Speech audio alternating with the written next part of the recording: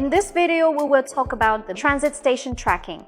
For objects too large for single station scanning, use transit station mode. The object is divided into multiple areas for separate scans. Transit station tracking has two workflows. First, no markers needed.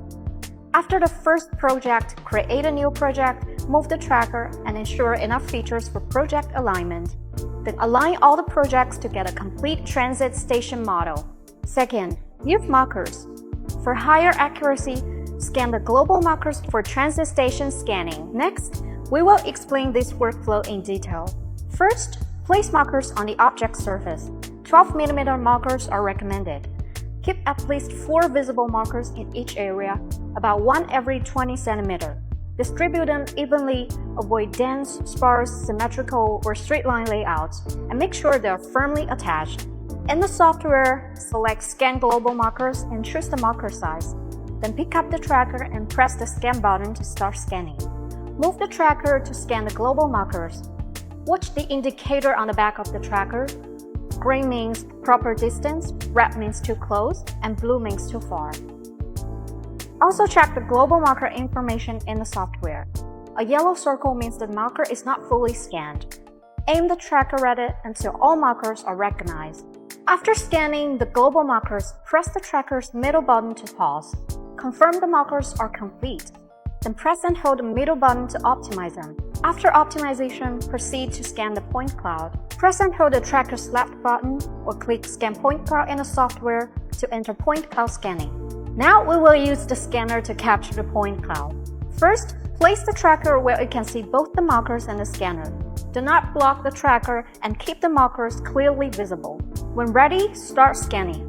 Keep the scanner about 0.3 meters from the object and watch the laser line colors. Green is correct, blue is too far, and red is too close. Keep most lines gray. Then press the exposure button on the scanner to adjust exposure. The laser lines should appear complete and continuous in the software. For fine details, press and hold the scanner's middle handle button to switch to parallel line mode. For depots, press and hold it again to switch to single line mode. After scanning starts, move the scanner slowly and evenly until the area turns blue in the software. It means it's complete. After finishing the current area, click pause and move the tracker to the next scanning area. You can also move the tracker to the next area during scanning without pausing. During scanning, make sure at least 4 markers remain visible to the tracker, then continue point cloud scanning.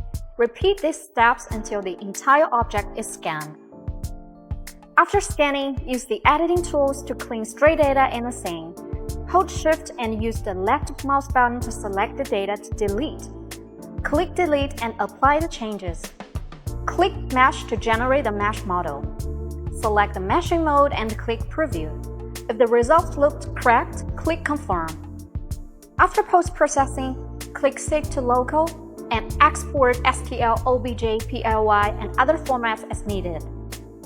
That's all for this tracking mode scanning tutorial. We hope this tutorial helps you quickly master tracking mode and complete different scanning tasks smoothly. Thanks for watching. Please visit our website, 3dwonders.com.